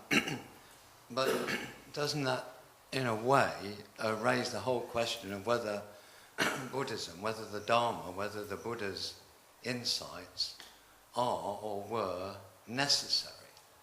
So are they necessary for us as humans to learn, you know, to use these teachings as, you know, wise counsel, but necessary in the philosophical sense of, having a meaning beyond our everyday? Is it, you know, is it optional or is it necessary? The Dharma. Is it necessary? I don't quite understand the question. Necessary exactly in what sense? I don't quite get that. I mean, could it not have happened and it would have made no difference? Is that what you're asking? Yeah, maybe something like that. But in a sense, if we are part of, if we want to put ourselves into a bigger narrative of truth and human life and the whole of the biosphere,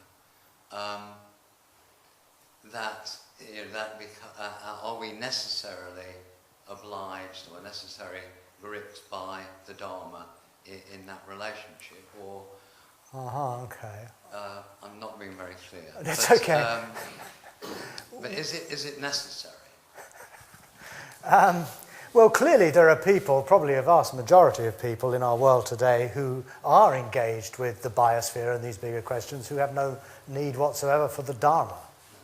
In that sense, it's not necessary, clearly, because there are other ways, like your Native Americans or whatever, who've got their own ways of dealing with these things.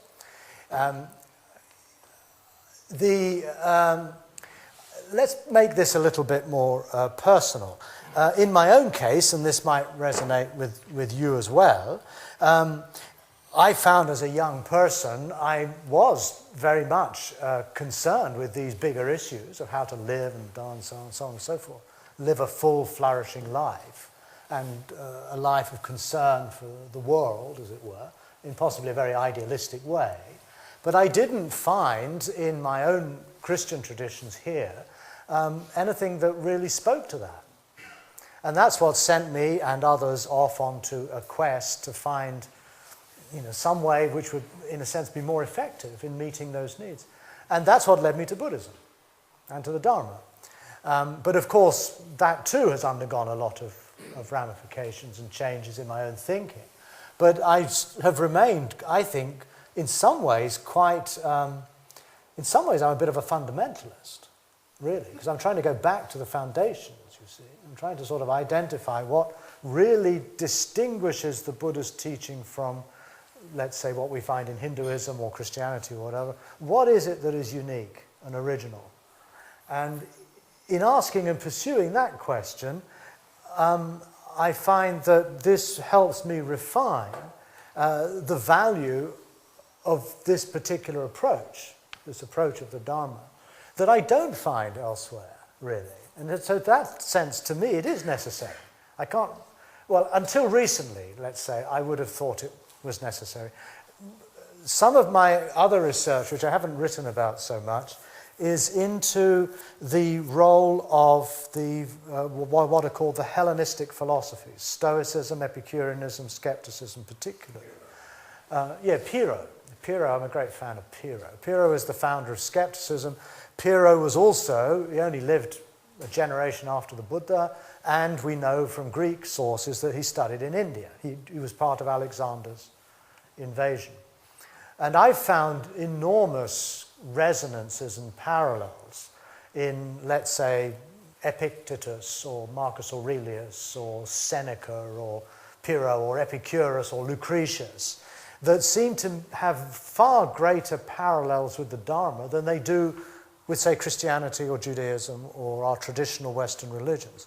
And I wonder if in some ways that the early Dharma, particularly before it became an Indian religion, is actually something within the same, it has enormous family resemblances to these Hellenistic philosophies, which were also practices, philosophy as practice, the teacher as a physician, very similar to what we find in early Buddhism.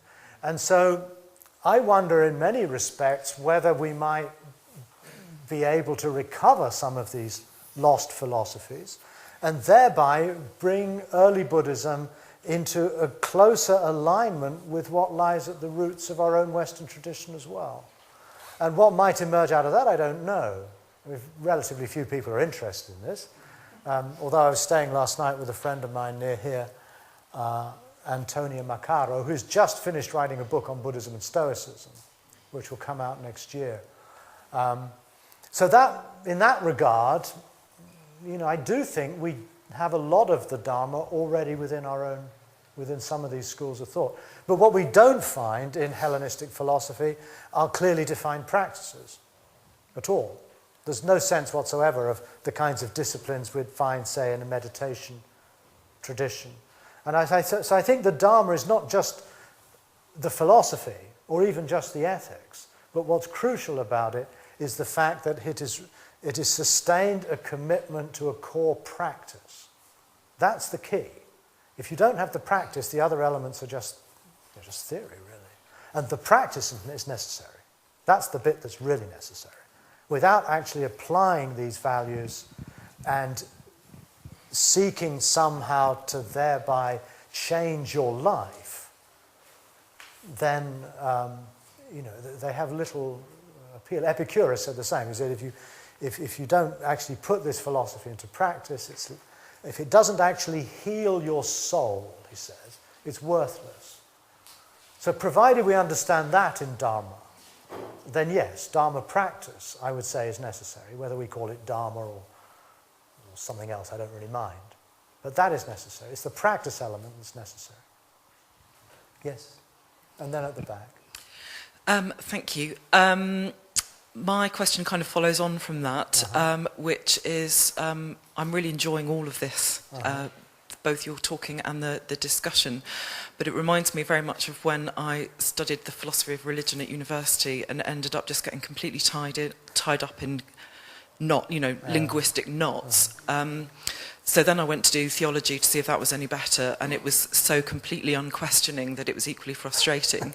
So my question is, how do you balance your work using linguistic and mental constructs with the non-verbal knowing of your practice?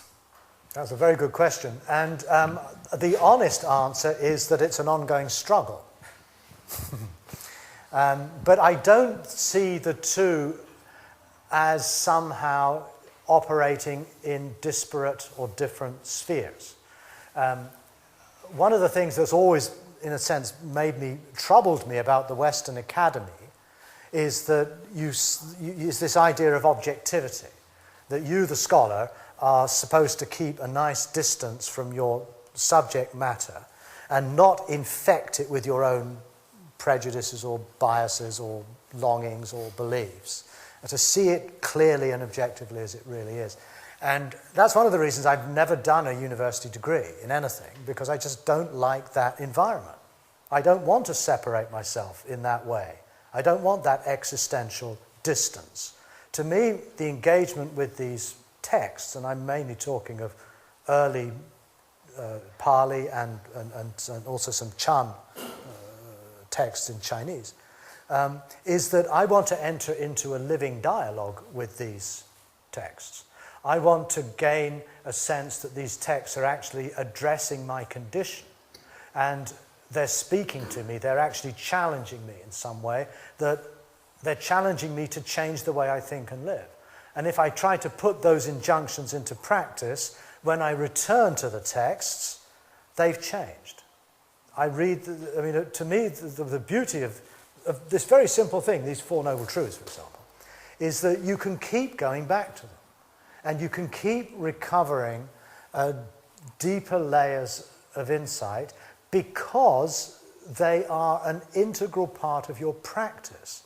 If you didn't seek to transform yourself in terms of what these texts are saying, then they would probably remain more or less static. They would just be objects of philological interest. But I'm not willing to relate to them in that way. My approach is unashamedly subjective. I'm interested in how these texts can address and change a human life. And so I find that my practice, let's say when I'm on a meditation retreat, when I'm trying to cultivate, say, concentration or mindfulness and so on, that is an integral part of an ongoing dialogue or conversation with a tradition that is mediated to me through texts. I'm obviously an intellectual kind of guy. I don't want to pretend otherwise. And I'm very, I feel often quite disappointed when Buddhist groups kind of have a default anti-intellectual stance. People say, oh, I'm not interested in the theory, I just want to do the practice. One of the things that brought that home to me many years ago was when I was studying in Switzerland in a monastery, a Tibetan monastery, and we were being taught by an old Mongolian Lama. And we were studying something which was incredibly dry, Buddhist logic. I can tell you that's pretty dreary stuff. Syllogisms, how a syllogism functions. And at the end of the course, one of the students said, Geshe-la, why do we have to do all this theory? Why can't we do more practice? And his answer was, if you really knew how to study, you would be practicing. And that's remained with me as a real beacon of insight. To me, study is practice. Practice is not reducible to something purely non-verbal or non-intellectual. If you think of how Buddhism, or the word practice, bhavana, I think it's probably the closest word in Pali, the whole of the Eightfold Path is to be bhavanad, or as we say here, cultivated, brought into being, realized. And so it's not a question of narrowing practice to one thing and then setting other parts of your life in opposition to it. It's a question of how can we extend the concept of practice to infuse and embrace all aspects of our life so that our whole life becomes a practice. We become practicing humans.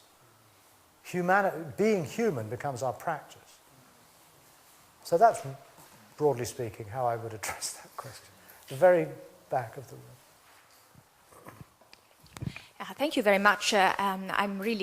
I was really interested in your discussion of the 4 tasks and really inspired, so thank you for that. I just wanted to ask you something, maybe I should say apologies in advance. I think it might come from a more psychological, even Western perspective. But I was thinking, so I very much like this emphasis on practice, but then I think, well, someone might look at these 4 tasks and say, well, the practice looks still very contemplative and very, maybe even the whole picture looks a bit, say, fatalistic, to put in the most provocative way. Fatalistic. So I'm thinking of reactivity, what you were talking about, patterns of reactivity. So suppose that I notice that I'm anxious and I have a highly anxious reaction in certain circumstances. So what do? Or I fully know it, I embrace it. I also manage to let it be. But I wonder, what would you say to someone who would say, well, I also want to do something about it, like engaging in, so maybe I do things like, I don't know, I smell, I make my room up in such a way that, you know, I use colors that moderate my anxiety, or I use materials, I use the materiality of my life to change my patterns of reactivity. So what do you say about that? How would that fit into this picture, or would you say not really? No, it fits absolutely perfectly into the picture. And it's considered, it's the fourth task. The fourth task is to, you see, if we put it in, okay, an example, I agree that I haven't illustrated these four tasks. Let me try and give you a concrete example. And as you're a psychologist, I'll give you a psychology type example. I'm not a psychologist, but I do teach retreats, and I spend a fair amount of those retreats interviewing students. Basically, it's counseling. Now, how do I apply the four tasks when I'm sitting in my teacher's room? There's a knock on the door, and one of the students comes in. I try to embrace that person unconditionally. I try to say yes to the person who's walking in that room. That's first task. Second task is I let go of my reactions to that person. What a reaction might be, oh great, her again. Or, oh no, him again. Or whatever it might be, oh no, she reminds me of my mother, or whatever it is. To notice how I react. To embrace that, but also to let it go. In other words, to notice that it's just what the organism and the conditioning is generating at that moment. I don't have to identify with it, believe it, buy into it, but I don't want to repress it and reject it either. I just notice it for what it is. I don't let it get in the way. At the same time, I try to settle into a non-reactive awareness, a non-reactive space that's not determined by that reactivity and that is open to the person and their concerns or their pain or whatever it is that they're bringing to this interview. In that space of mind, I then seek to respond to that person's needs. That person then might talk about a difficulty they're having in meditation, but to be honest, they usually talk about problems they have in their lives. And I try to be open to that. I try to respond to it as wisely, as caringly, as best I can in that situation. I try to suggest what that person might do if there's anything that I can offer in that regard. In other words, I engage with the situation. So the embracing, the letting go, the stopping is all a preamble to acting. If you look down at Elsa, embrace, let go, see the ceasing, and then actualize the way. Now, actualizing the way is shorthand for seeing things, thinking about them, speaking, acting, working, livelihood. It's all there. It's the Eightfold Path, as the Buddhists call it, is shorthand for how do I engage with the world in a non-reactive way. So yes, it could be anything. One of my favorite koans in Chan is by Yun Men, 9th, 10th century Chinese teacher, who was asked, what is the highest teaching of the Buddhas and the patriarchs? And his answer was an appropriate statement. In other words, there's no such thing as the highest teaching, because that's abstraction. What matters most is whether you respond appropriately to the situation at hand or not. It's the responsiveness rather than the reactivity that is to be cultivated, and that could go off in virtually any direction whatsoever. There's no right or wrong way to do it. There's no right or wrong answer to the suffering of the person who comes for the interview on the retreat. It's how do I respond in the most appropriate way? And it might be, say, I'll suggest you should take up painting or poetry or something. I do that, actually. I often encourage people to get involved in the arts. I think meditation often is, arts are sometimes, especially outside of Zen, you know, art and is considered to be a bit worldly. But no, I think all of these things need to be integrated into our practice in a really real way. So yeah, I think it's all there, actually.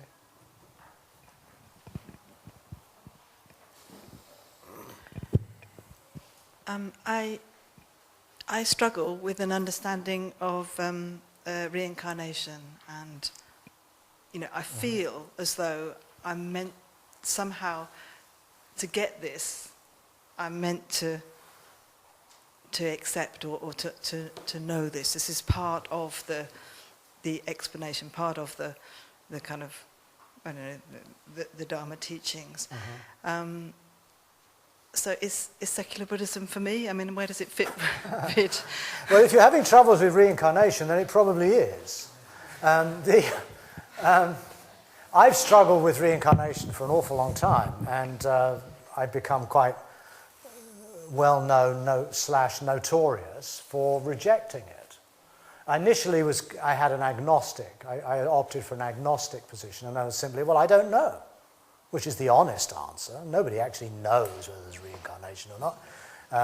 You ask any of, some reincarnate Tibetan Lama if they actually remember their past lives, and they say, oh no, but when I was a little boy, my mother used to say it, that kind of thing.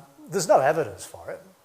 There's some anecdotal evidence based on reports of young children, and usually in places like Sri Lanka and elsewhere, that recall details of past lives, and the people have studied that. But frankly, it's, to me, now a total irrelevance. A total irrelevance. It's a feature of ancient Indian, not even ancient India. At the time of the Buddha, the notion of reincarnation extended across the civilized world. Plato believed in reincarnation. Pythagoras believed in reincarnation. I think it was quite at that time it might have been a rather obvious thing. And if you imagine that these people are coming out of what is effectively an agrarian society, a society tied to agriculture, to the land, and then they have the leisure, when they become sufficiently prosperous, to be able to just, some people at least, to have the leisure to ask deeper questions about what life is for. Life, as they would have witnessed it and experienced it, would have been a life governed by the cycle of the seasons. That in the spring, the shoots arise, then they flourish, they bear fruit, and then they die. But the next spring, they rise up again. And if you really inhabited that kind of world in which your life depended, it would be quite obvious, almost unquestionable, that, well, that seems to be when Granny died, something left her body. And then maybe a generation, or let's say a year or two later, a little baby is born, she grows up. Hey, she looks just like Granny. Granny's come back. I think this way of thinking would have been natural, probably rather self-evident. But I think we live in a world now where that's just no longer the case. Well, it depends who you ask. If you ask me, no. If you ask a lot of Buddhists, they'd say yes. There are many Buddhist teachers, including modern Western ones, would say you cannot practice the Dharma if you don't believe in reincarnation. There's no point. You may as well just kill yourself, basically. Because if you want to end suffering, and you're not going to get reborn, well, it's a very simple solution. You blow your brains out. I'm not joking. And in fact, the Buddha did not have a thing. He actually accepted, it seems from the suttas, that monks of a certain level of attainment he thought it was perfectly okay if they just cut their throats. They took the knife, is the word. This is not widely broadcast in Buddhist circles, but it's there in the suttas.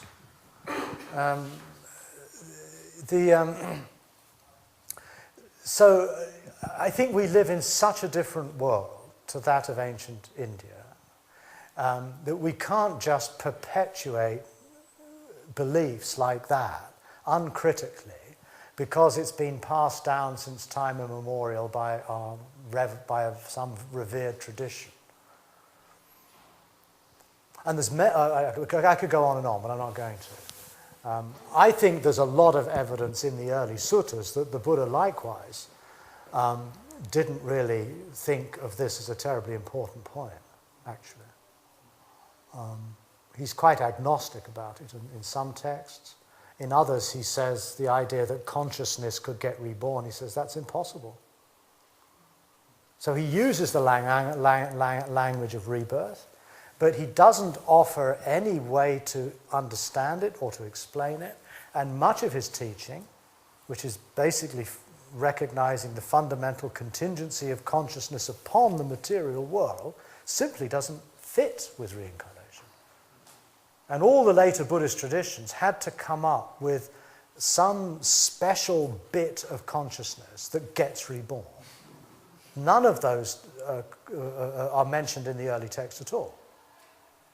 So Buddhism itself has struggled with this. I think it's similar to what I was saying about how the Four Truths emerged, is that the Buddhist community had to come up with a way of understanding reincarnation in order to be a credible and legitimate Indian religion. That is my view. It's 5:25. Let's have a quiet 5 minutes before we eat.